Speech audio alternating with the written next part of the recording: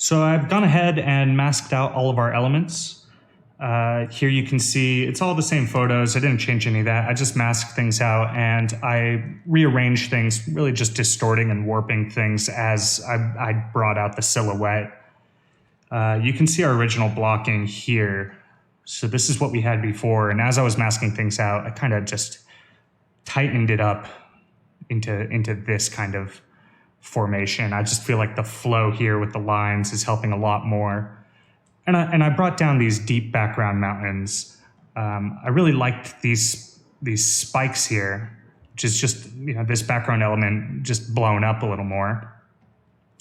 I really like these spikes and I didn't want to take away from them. So I brought those deep background mountains down to give this more power and form almost like a path here down the center of these spikes, as if it was a ridge that we had to get up and over. Just looking at it layout-wise, it looks like our destination is going to be going through here.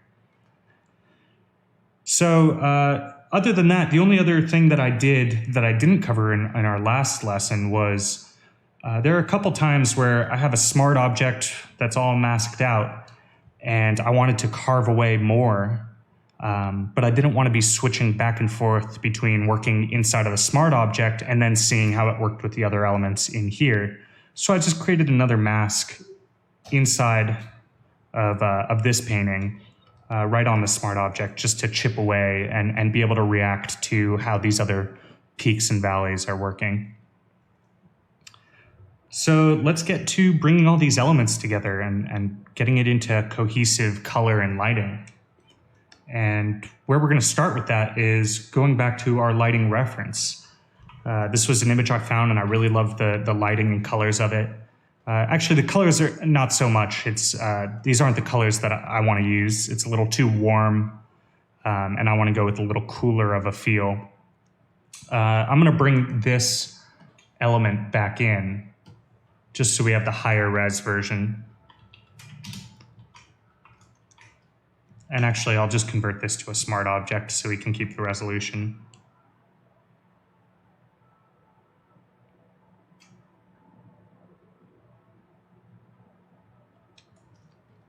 Sometimes it takes a little bit, especially as your Photoshop document gets more and more complex and more layers in it.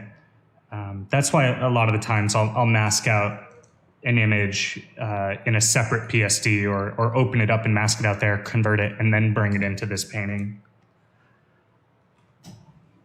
But here we go.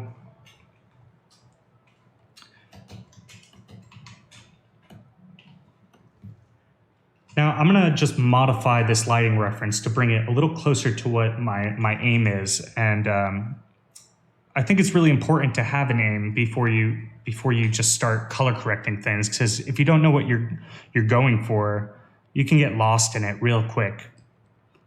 So this is also a good chance to show some of the tools I'm going to be using for color correction. I'm not going to use that many. The most simple and basic one is hue saturation. Again, going down here to the yin yang for all of my adjustment layers.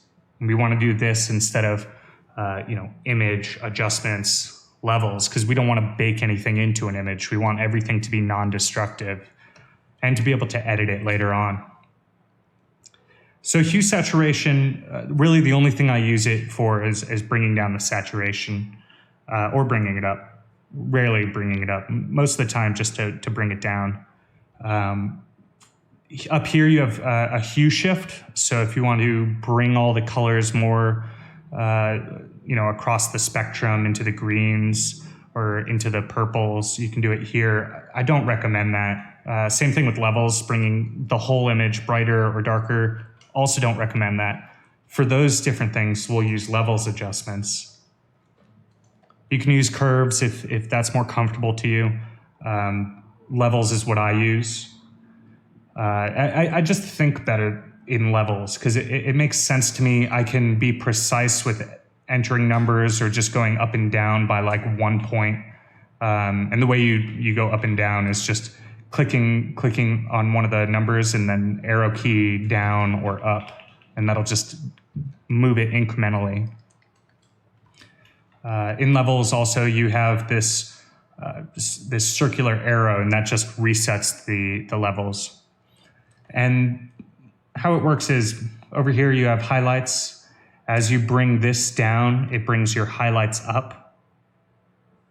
On the other side, you have shadows. As you bring this up, it makes your shadows darker. In the center, you have your midtones. If you bring this closer to the highlights, it'll get darker. If you bring it closer to the shadows, it'll get lighter. And then underneath that, we have here makes your highlights dimmer. Here makes your shadows brighter. So just one more time, go over it just because this needs to be your best friend. Highlights brighter, highlights dimmer, shadows darker, shadows lighter, and then midtones, darker, lighter. Then with this also, you can click up here where it says RGB, and you can make those adjustments per channel. So if I have the red channel and I bring the highlights up, it brings more red into the highlights. If I bring the shadows up, it takes away red from the shadows, which gives you cyan, the opposite of red. And then same thing down here, bring more red into the shadows, less red into the highlights, and push red in and out of the midtones. So if I want to add, rather than going over here in hue saturation and bringing it in more greens or bringing it more towards the purples, I'll do that in a levels adjustment where I'll go to red and then I'll take more cyan into it and into the midtones, and then blue and maybe add a little more yellow into it. And that way I have control over not just affecting the entire image, but control over bringing colors in and out of midtones, or if I want to bring blue into the shadows now, if I want to bring red into the highlights, I have more control this way. And I'm actually gonna cool it down by adding more blue into those midtones. And I'm gonna take out a little bit of the red in the highlights here. And I'm gonna take down the saturation just a little bit. And this is kind of, I'm liking this for the color and palette that I'm gonna go for. Maybe a little more red. But I don't want to go this purple golden. I want to still have that kind of cool tones to kind of make it feel a little more, colder. Even though we have that warm light coming in, I want the majority of this image to feel just a little cold. Bring a little cyan into those shadows. So this is a pretty good base for what we're going to try to match to. Now we just need to get the rest of the image to look like that. And the way we start with that is starting with the sky. Your sky controls where the light's coming from and what that light is doing. So you really need to get your sky down first, and then everything else kind of plays off of that. I ended up liking this sky, so I'm going to stick with it. But there's a lot of stuff we need to do to it to get it to create the lighting we want from this reference image.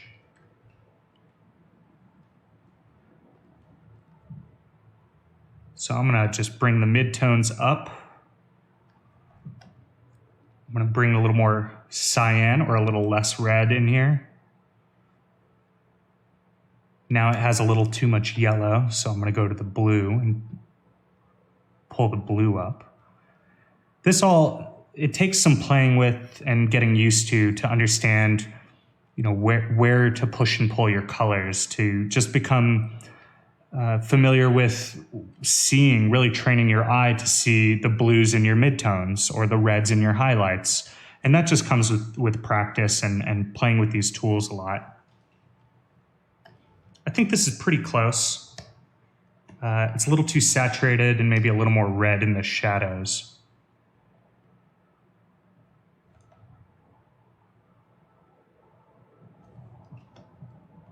So I'll add a hue saturation.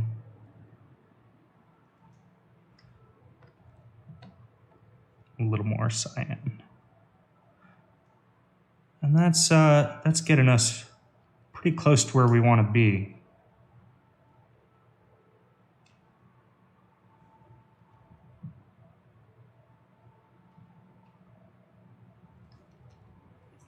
I also want to have that kind of darker top of the sky and emphasize that horizon light a little more. So I'm going to create a layer. I'm going to name it soft light.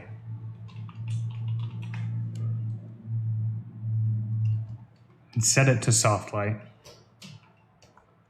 I name everything, every layer, by the way, even levels, adjustments, and hue saturation. I'll just put like levels CC01, telling me that it's the first color correction on it. Because there might be times later on where I'll add a levels adjustment and all I want to do is warm up the highlights. So then I'll name it, levels, warm highlights. So it's just good practice to name everything. Anyways, soft light. What we're gonna do here is I'm just gonna grab like a color up here. I'm gonna darken it a little bit and go to a gradient and just kind of gradient that down.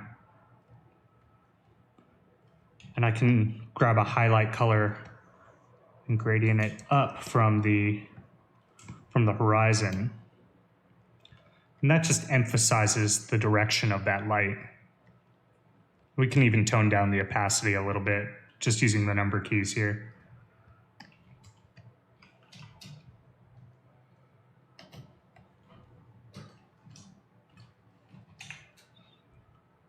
So now we have our sky, and everything's going to play in with that sky.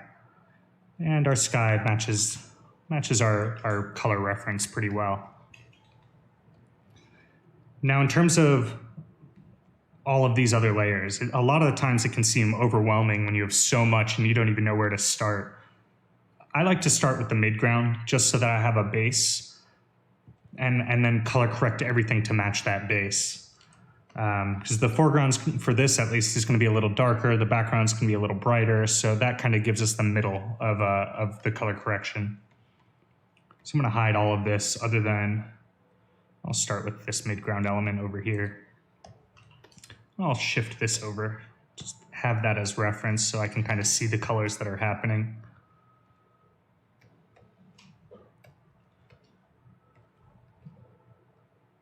Add a little more contrast by bringing down the midtones and bringing up the highlights. Get rid of that red in there by bringing in a little more of that cyan. And then a little more blue in here. So overall, it's a little too saturated. I'm going to be taking down the saturation for almost everything in this painting just because I really do want to go a little more monochromatic and a little more, I don't want it to be colorful.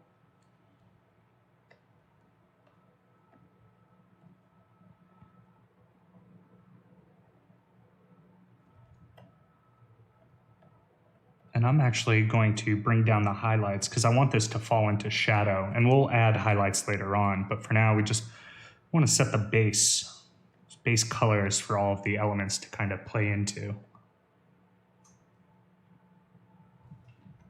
I think that's working pretty well.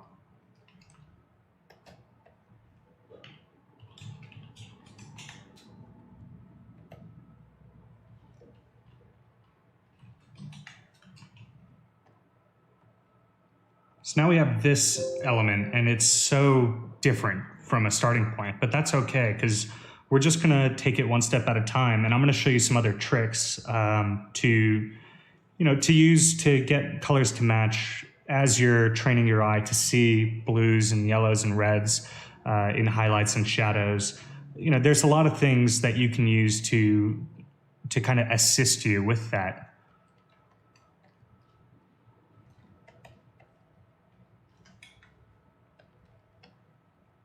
So one of the things you can do is create a levels adjustment at the top of all of your layers.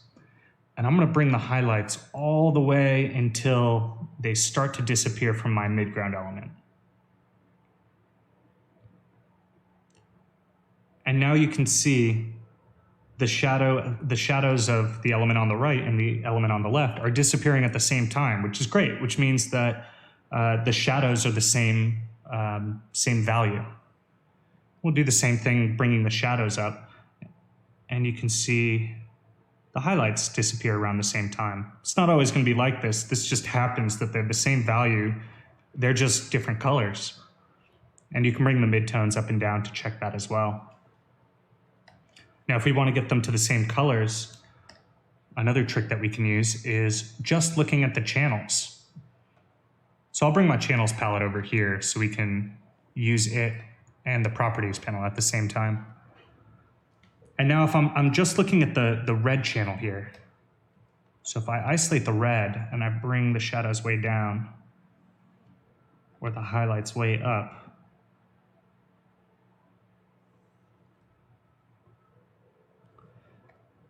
now you can kind of color correct to just get these values to match, and you don't have to worry about the subtleties of the color in here.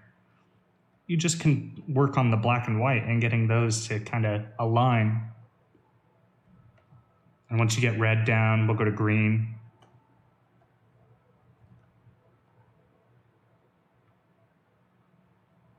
And then to blue.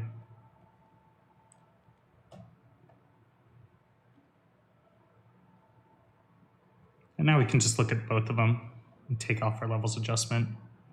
Pretty far off, but it's just getting us there. Blue is a little too dark.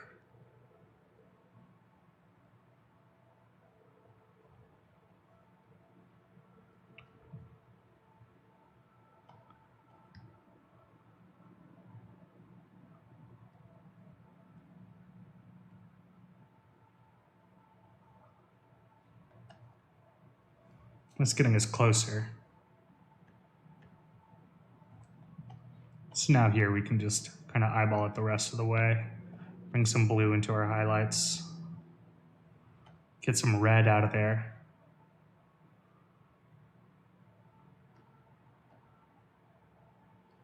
And I'm going to drop the saturation, which is going to help us a lot. Too much, actually. Now we have to tone this down. So it's a lot of back and forth, just pushing and pulling. And you want to keep some color variation in there too. You don't want to go so monochromatic that you lose all the beautiful variations that happen in an image.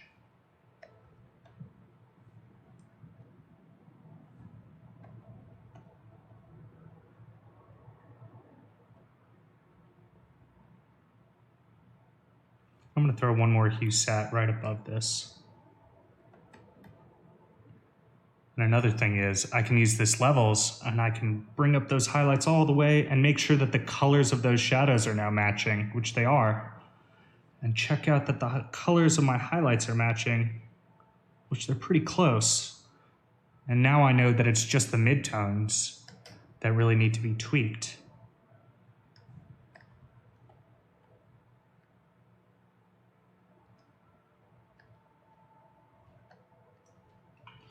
And then the last thing, if you want to get at that last bit, if the colors are just so far off that that you're not going to be able to get it all the way there, I'm just going to grab a color here and just paint it right on here. And I can hit color, but you don't want to just do that because that just kills all of the color. So I'm actually going to take away this hue saturation since I'm doing this. And now with this, I'm just going to bring down the opacity.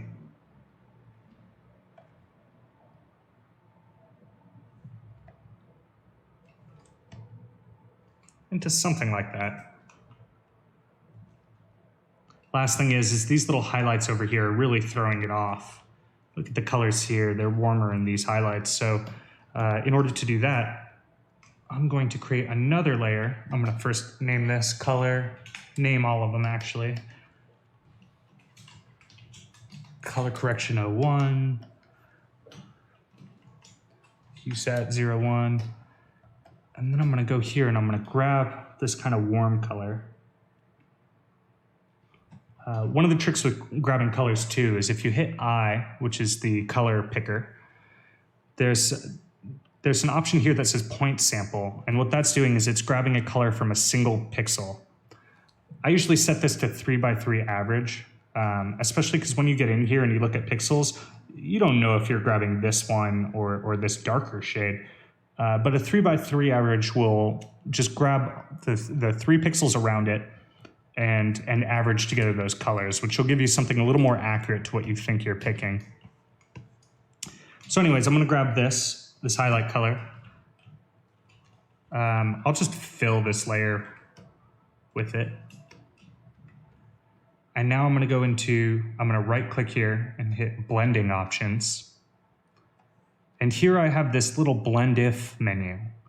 And what this does is, if I pull this up, it's gonna blend this color in with everything behind it, with the underlying layers, as long as the value is brighter than this. And you can click, press Alt and click on this, and it drag out the other side of this little arrow, and it's feathering it. So, harsh, feathered. So this is a great way if you want to add color to just the highlights. You can just pull this in. I'll show you what we're getting now. Just pull this in, get the highlights that you want, and then just feather it in a little bit. And now I can hit color on here, drop the opacity a little, and now I'm just affecting the color of those highlights to bring it something a little closer to the variations that we're getting here.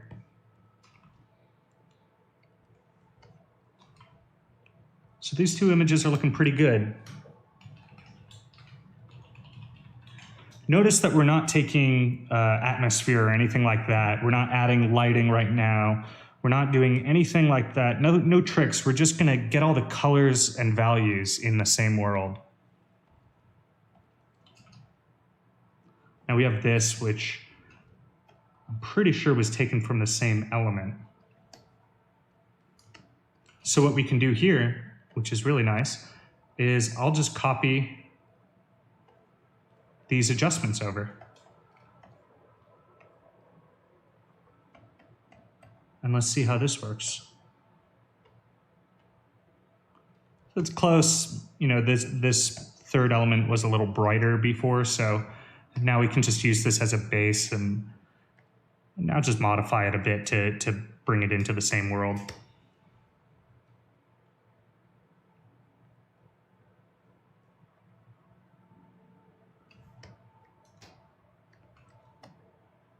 Maybe add a little bit more blue in here.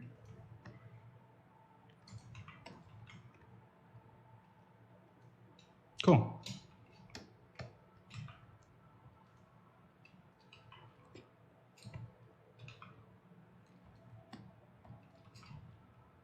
Now we just go to the background. I ended up splitting this background image into two parts, just because I wanted to raise up these little spikes. So I just did an extra mask. So I masked it out like this, and then I did a second mask of those back rocks. Which is nice though, because we only have to color correct this once, and we can just use that for both.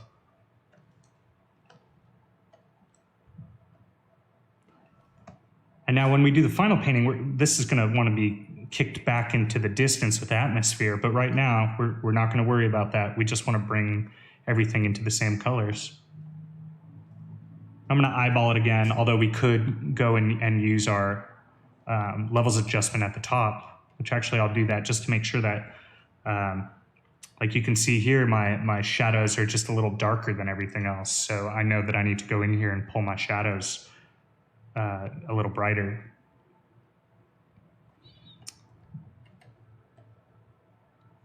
And this highlight is a little brighter than everything else. I'm gonna keep it a little brighter because it is a hit of light that isn't happening anywhere else. But I might tone it down, or at least make sure that these other highlights going on are in line with my other elements.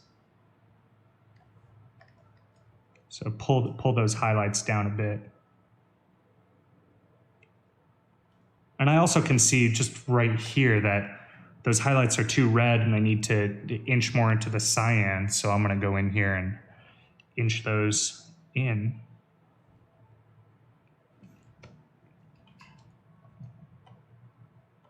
bring a little more cyan into the midtones.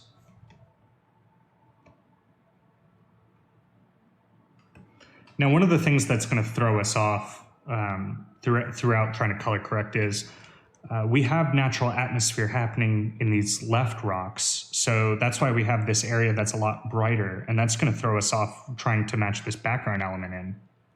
So I'm just going to go back and fix that real quick. And the way I'm going to do that is just with the soft light layer.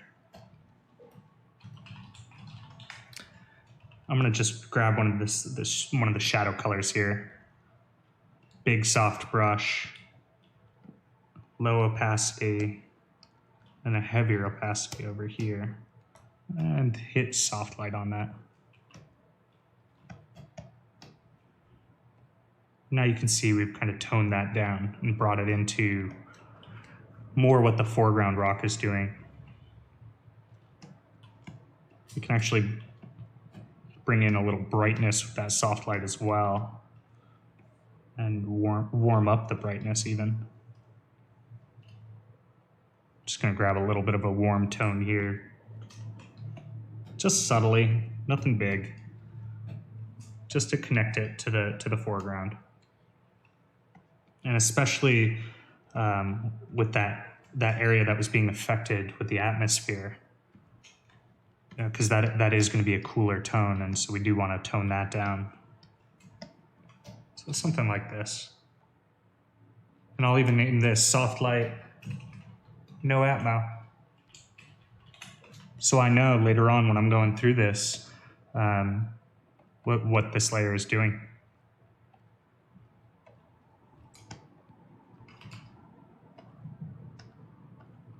Just take down the saturation back here, bring up the midtones a bit, bring down the highlights. I'm gonna actually warm up the highlights here because I'm losing a little too much of it, and then I'll just take down the warmth in the midtones. That's looking pretty good. And again, I'll just copy that. Let me name it.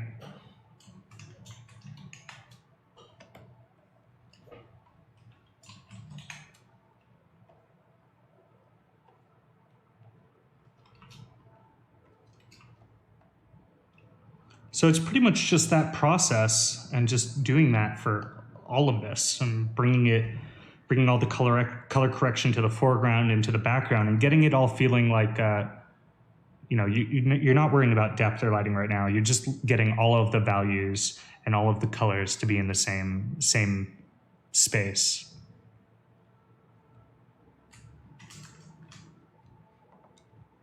So I'm going to go ahead and I'm going to color correct the rest of this just like what we did, just so you don't have to watch me pushing and pulling levels. And then we'll pick back up once I have them all color corrected in the same color space and go into how to create depth and add depth into this, as well as adding lighting and giving it something other than a flat monochromatic feel.